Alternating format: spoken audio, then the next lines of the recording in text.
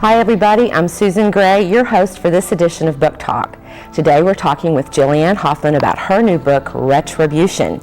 Welcome Jilliane, and thank you so much for coming. Oh, thank you so much for having me. Jilliane has some incredible credentials for writing thrillers, and I want you guys to know what they are, so here it is. While serving as state assistant attorney in Miami, she spent years dealing directly with the victims of the most horrifying crimes of violence and prosecuting the criminals who committed those crimes. Later, as the regional legal advisor to the Florida Department of Law Enforcement, the state equivalent of the FBI, she advised special agents on numerous matters in complex investigations, both criminal and civil, including homicide cases, crimes against children, violent crimes, etc., etc. Hoffman helped write Florida's public notification laws regarding sexual predators and trained the judiciary, the Department of Corrections, and virtually every South Florida police department on how to prosecute sexual offenders under these laws. Thank you so much. Oh my gosh. Hoffman's experiences as both a prosecutor and then police attorney gave her an insight that other criminal attorneys are rarely afforded, an intimate view of the criminal justice process, from cultivating a suspect in a major investigation to prosecuting him or her through judgment and sentence. And now she brings those experiences to bear in one of the most eagerly anticipated first novels in recent history. And I'm not telling you where she lives or where her family is, because that's just the whole thing. Okay, Jilliane, before we talk about Retribution, I want to talk to you about your background. I understand you worked on the Johnny Versace, Andrew Cunanan. Yes, I was the regional legal counsel for FDLE at the time, and we knew a few minutes after the bullet hit him that he was down. So that was pretty wild. It was an intense time because it was about an hour and a half before we found the truck, and we knew definitively that it was Cunanan. But it was and then madness kind of descended on the city, and the media was paying up to $250,000 for a picture of either Versace or Cunanan in the ME's office, and they were hanging from windows at the ME's office, and the media was ahead of the police in a lot of areas, interviewing victims and witnesses, and it was just a big circus at the time. And do you not think it's scary for the media to be ahead of the police in terms of interfering with investigation? Oh, they interfered with a couple of them. It was a couple of times. There was one hotel, actually, where Cunanan had stayed. This is after Versace was dead, but before we had found Cunanan, because it was 8 days had elapsed after Versace was shot, before Cunanan killed himself. And so this period of time, we were looking for him. And he had been living at a hotel on Miami Beach, and our detectives had spoken with the hotel owner and whatnot. Well, the hotel owner held back a few things and called the media, and then called us back like a day later, and they went there after the media had been in the room and had videotaped the hairbrush with Cunanan's hair on it. The books that he had gotten taken out from the local library had been in the room where Cunanan had stayed, and videotaped the whole thing with their cameras. And so we arrived, I speak in the collective, I mean all of law enforcement, but FDLE and the Beach arrived, and to a circus already there, and sort of blindsided by the media cameras, like, what do you think? Because now we found all this stuff that Cunanan left behind. Right, what a mess. Yeah, so it was not just, it wasn't that the police were slow. It's everybody wanted their 5 minutes of fame, and at any price. So we had a lot of prank phone calls. We had a lot of people calling in, doing sightings, and some have been substantiated after the fact, and some turned out to be nothing but hoaxes. But I think they got 10,000 leads in one week that he was missing, and so it was just a very strange time. So in my book, actually, I borrowed a little bit of that media circus, and I put it in because the book involves a series of serial killings that are occurring in Miami, and I borrowed the media circus that surrounded the Cunanan Versace period of time, and put it in this. A little flavor of how crazy it kind of is to have a microphone in your face every 2 seconds. Right. And you thought we were just going to talk about books today. Whatever. All right, you majored in communications before law school. How has that helped you in your role as prosecutor and author? Well, I think the word communications kind of says it all. It makes you a well-rounded person and able to speak in front of a lot of people and be able to articulate and communicate. And so in that endeavor, I took a couple of creative writing courses, and I majored in pre-law too, so it helped me learn how to formulate my thoughts and my ideas and communicate them better as a lawyer. Very important. Yeah, and actually what I originally had planned on doing, if I had my way, was to be an actress. Yeah, I know you're laughing, but I'm thought, not. Don't ask me why, but I really thought that I was too lazy to go to the auditions, so I thought it would be easier to go to law school. And I don't know where brain came up with that idea, so I signed up for the war for 3 years, and then I thought, wow, you must be an idiot. Auditions would have been a piece of cake compared to this, but I thought that it would be something that I could always have with me, a law degree, and if I chose to pursue acting or the entertainment industry, perhaps as a lawyer or even as an actress, I could always have a law degree behind me to make sure that I could feed myself and my family. Well, let's just see how that all panned out. Your movie rights have just been bought up. You wrote the screenplay. Yes. I think you can probably have a part in that. Oh, I'm trying. I'm You deserve a trying. part in I'm that. trying. You know, hopefully they'll stick me in, perhaps in one of the scenes as a juror, and I can weep and then smile away at my mother on the screen. It's only fair. Yes. And why did you decide to become prosecutor as opposed to defense attorney or corporate lawyer? You know, once there's certain type of people or a certain type of person who can be a prosecutor. It's not for everybody, but for me, once I stepped foot in a criminal courtroom, I was an intern with the Brooklyn DA's office with the judge, and then with the Queens DA's office. Once you step foot into a criminal courtroom, there was no turning back for me, and everything else just seemed insignificant. I don't know if that's a good word for it, but that's what it seemed like to me. It just didn't capture my attention, and I couldn't. A slip and fall didn't seem as important as putting somebody behind bars for what they'd done, and so it kind of gave my life a purpose at that point. And I was having wanted to be an actress.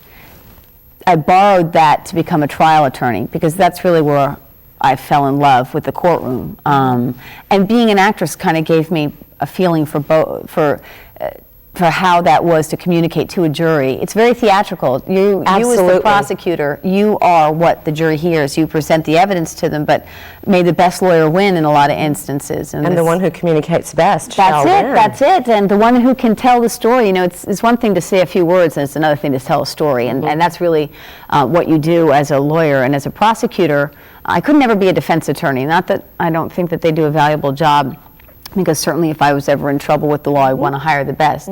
But it's not in it for me to be one.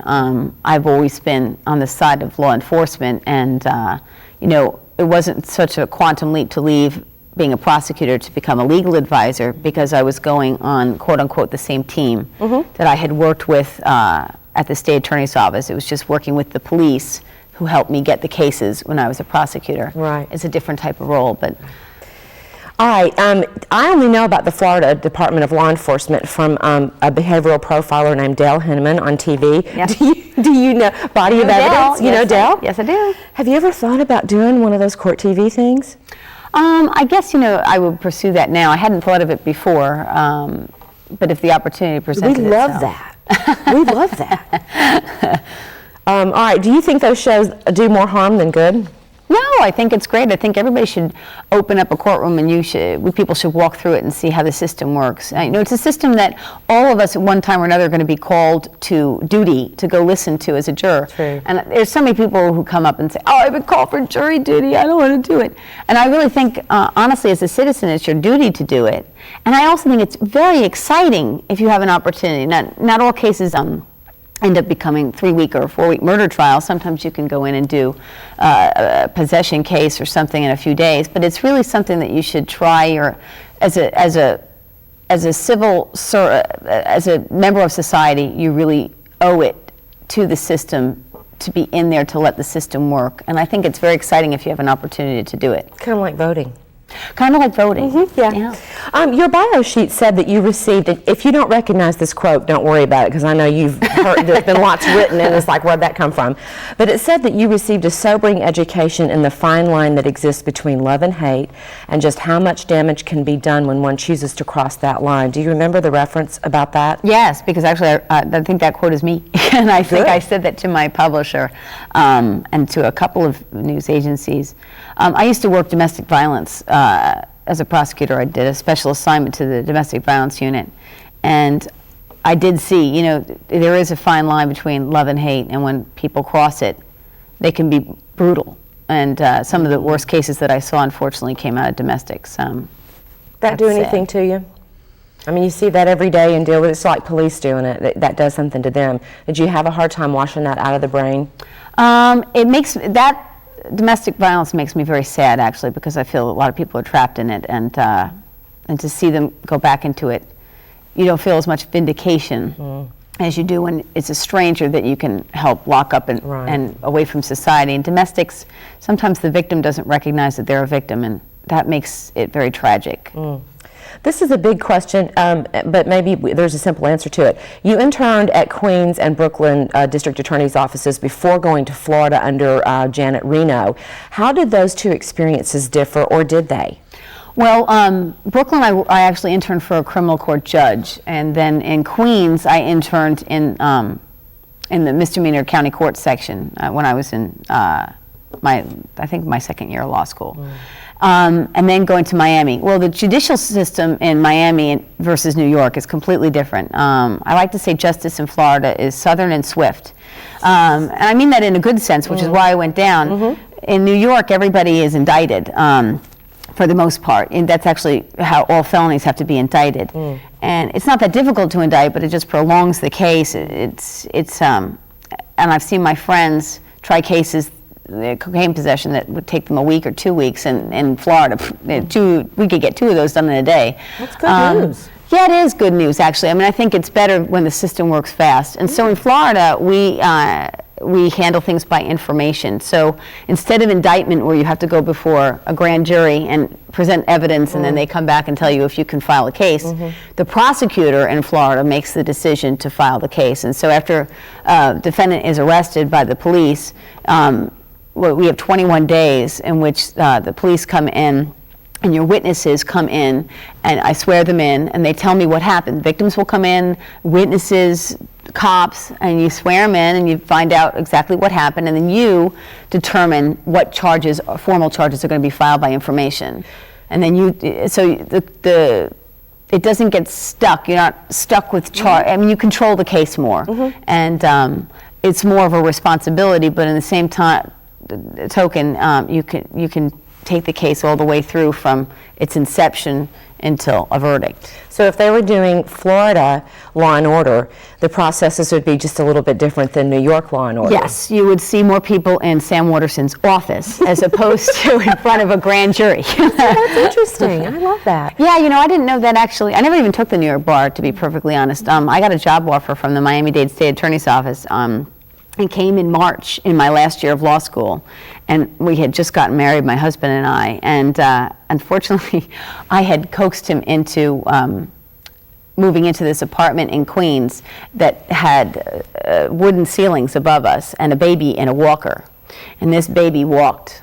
Oh boy, it walked. It must have been insomniac too, because it walked day and night over my poor husband's head, and he consented to renting this on the day after his bachelor party. So he was really in no position to sign on the dotted line, but I made him do it anyway. Girl. So when the job offer came from Miami, 2 months later, after this kid had walked over his head, it came literally with a brochure of people yachting and boating and jet skiing, because I think help was hard to find down in crime-infested Miami at the time. Man. And so he opened it up and he said, "Jilliane, we're going to Miami." And and I didn't even take the New York bar, I just took the Florida bar. Well, then you only had to do one of them. Yeah, Florida's mean. They don't have reciprocity with other states. So like New York and other bars, you can wave into other states if you score high enough. Florida won't let you wave in.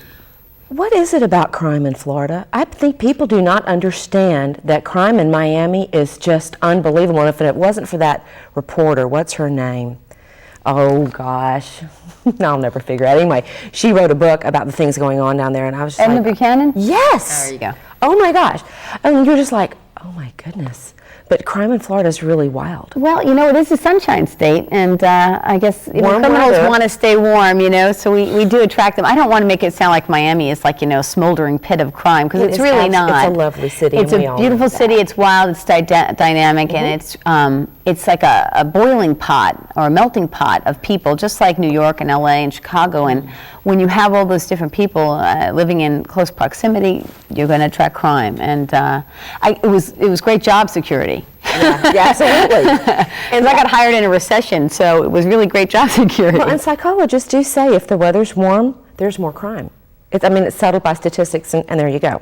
Well, you have worked for not only the Florida Department of Law Enforcement, but the FBI, the CIA, the Secret Service.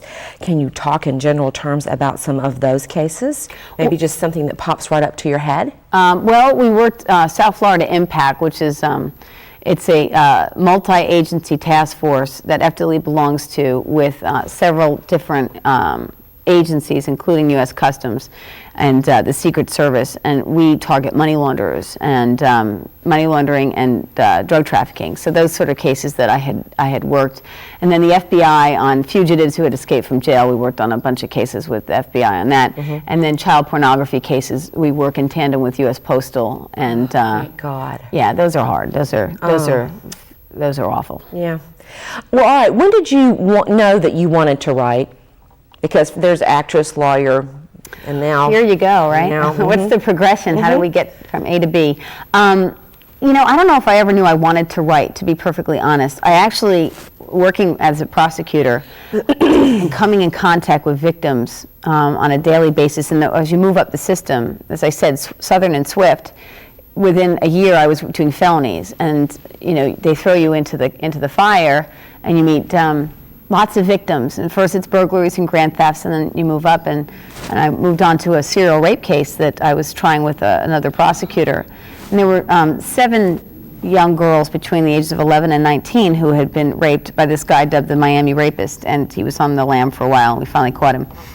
And we brought in, my friend who I was prosecuting it with, we brought in all these victims to determine which case would be the one that we're going to try, which one would be the best to present to the jury. And so I listened to them all, and all of their stories were different, but yet they were all eerily the same. There was a connecting. They were all victims, and the more you listen to them, and in particular the case that we chose to do, it was 2 sisters walking home, and he popped out of the bushes. He was a young guy himself, about 20, and he popped out of the bushes with a gun, and he forced them behind the building, and he raped one, but he made the other watch.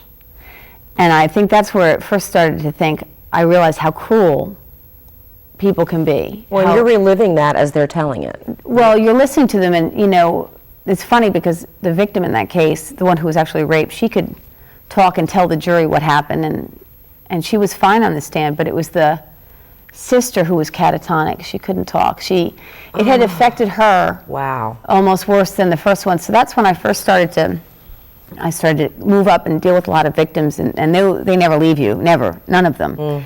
And I started to think, what if you could turn the tables? What if the persecuted became the prosecutor? Would they choose justice, or would it be revenge? And I just sort of started thinking about it, and I actually started seeing scenes in my head, and I thought it would make a great movie. So when you say, what made me start writing, it wasn't that I've always had a dream to be a writer, but I saw it in my head, and I really thought it would be a great movie. And then I read a book that said, there's so many unsolicited screenplays out there. If you're going to try your luck, you should try it as a novel and then adapt it as a screenplay. And then you'd have 2 mediums if you wanted to try and sell something. So I said, oh, that's good. And so I said, well, maybe I'll try it as a book. And I started to write a couple of chapters, and I wrote something that I would like to read myself. So absolutely, I read like John Grisham and James Patterson and Thomas Harris. And so I started to write it, a couple of chapters here or there. Well, I had young children at the time. They are still young. They're 6 and 8 now. Right.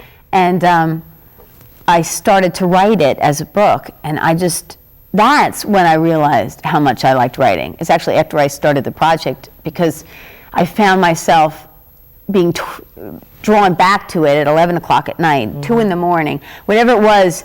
I was drawn back to finish a chapter and get this done and move to the next one. And I would be sitting there stirring the sauce on the stove, and I'd say, "Oh, that's a great idea," and I would run down and I'd type it out. So the love of writing kind of developed after the project started. But see, that's how writers' minds work. Other people go along and they observe life and they go, yes, that's this and that's that. And a writer goes, oh, whoa, what if? That's really true. That's how the thing starts. Bold and calculated, I guess. Well, I don't know about that, but they're imaginative, we'll say that. Was it hard to keep yourself from becoming too technical when it came to legal language? No, because I don't like to listen to technical legal language. I mean, I hear it, legalese is, it kills most lawyers too. So when I wanted to explain something in the book, I didn't want to be bored by writing it, and I certainly didn't want people to be bored by reading it. So I put it in language that I would want to hear it in, and that would make it simple and sweet, and that's really what it is. And did you find that your editor agreed with that? Yes, actually nothing was changed in the book. I was very fortunate. Oh, so my they've goodness. pretty much kept it word for word. That is remarkable. Yeah, I've been very, very lucky that way, and yeah, Cool. I've been lucky. Well, how did you make contact with a publisher? And did you do it before or after you had written?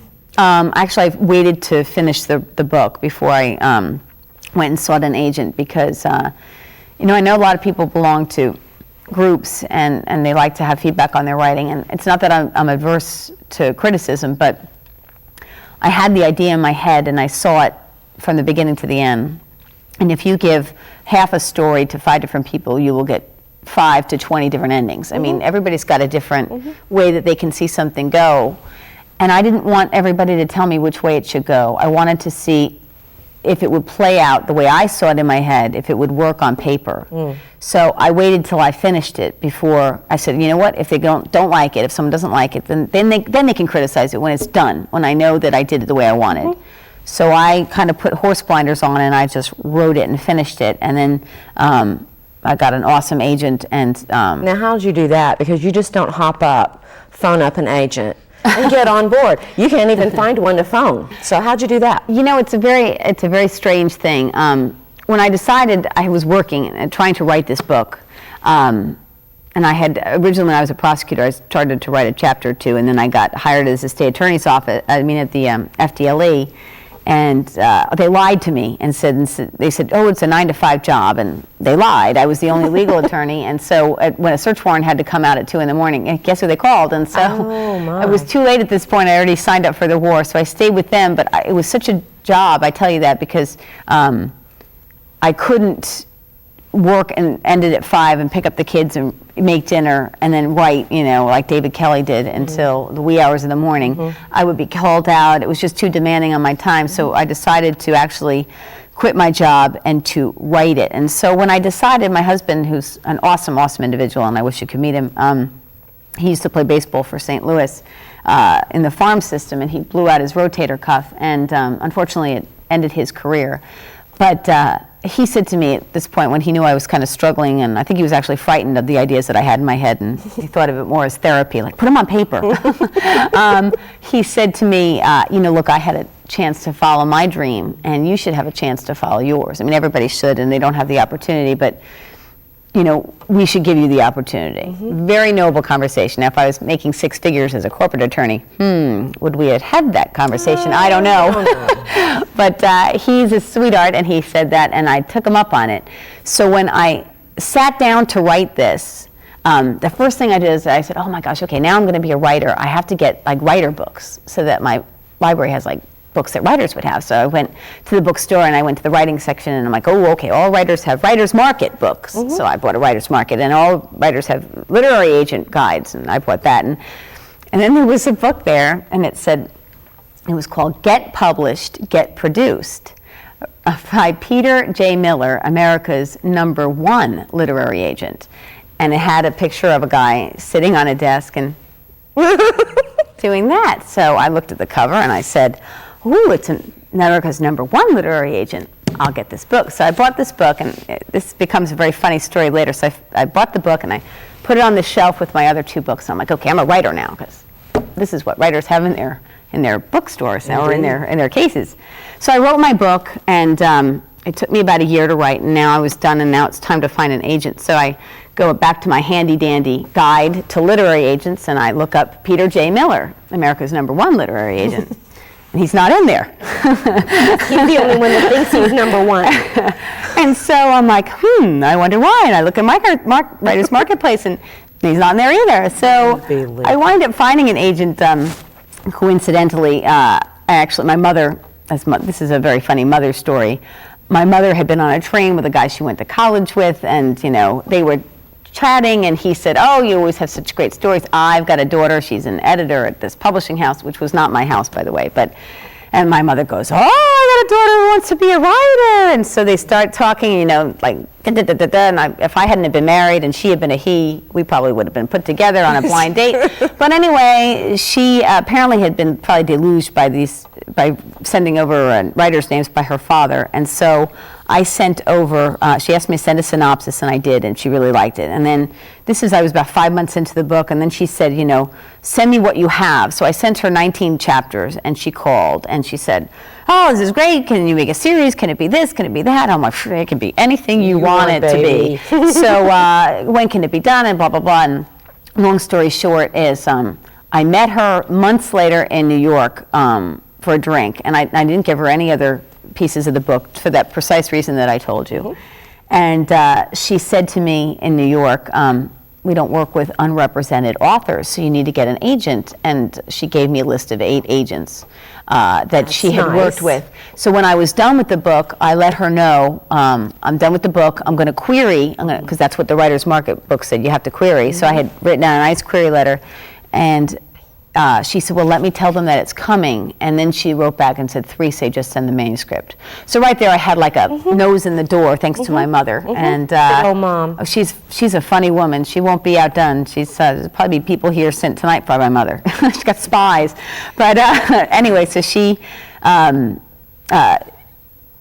wound up sending it out, and those 3 liked it, and they called, and then from there I wound up finding my agent, who's an awesome agent. And then I said to my agent, and all these other agents I was chatting with, I said, "Do you know Peter Miller, America's #1 literary agent?" And everybody said, "No, who's that?" Oh, I'm like, "But he's America's #1 literary agent, and I want you to know I have not found him yet, but I am single-handedly going to launch him on the bestseller list because I've been telling everybody that story." Your muse, honey. They're going to rush out and buy his book. I've got to ask you one question. All right, this killer in one of the first scenes is outside of Chloe's window, and he's doing heinous things. I'm not telling you. That scene was so hard to read that I thought to myself, how did she ever get past the grossness of that scene? Has to be a quick answer because we're almost out of time. Okay. Here's the thing. I didn't write it to be brutal. I didn't write it to do anything else. But I wrote it to show the victim's perspective. Okay.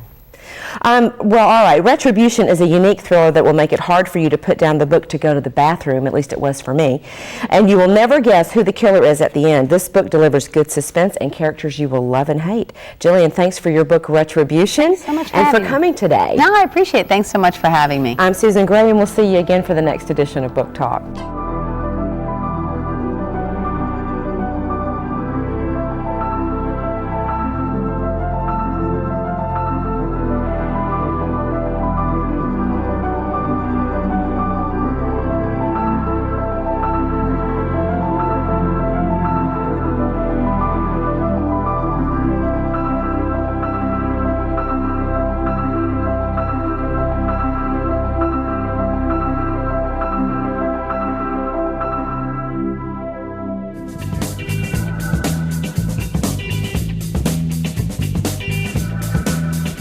You're watching the Library Channel, a broadcast service of the Memphis Public Libraries and the City of Memphis.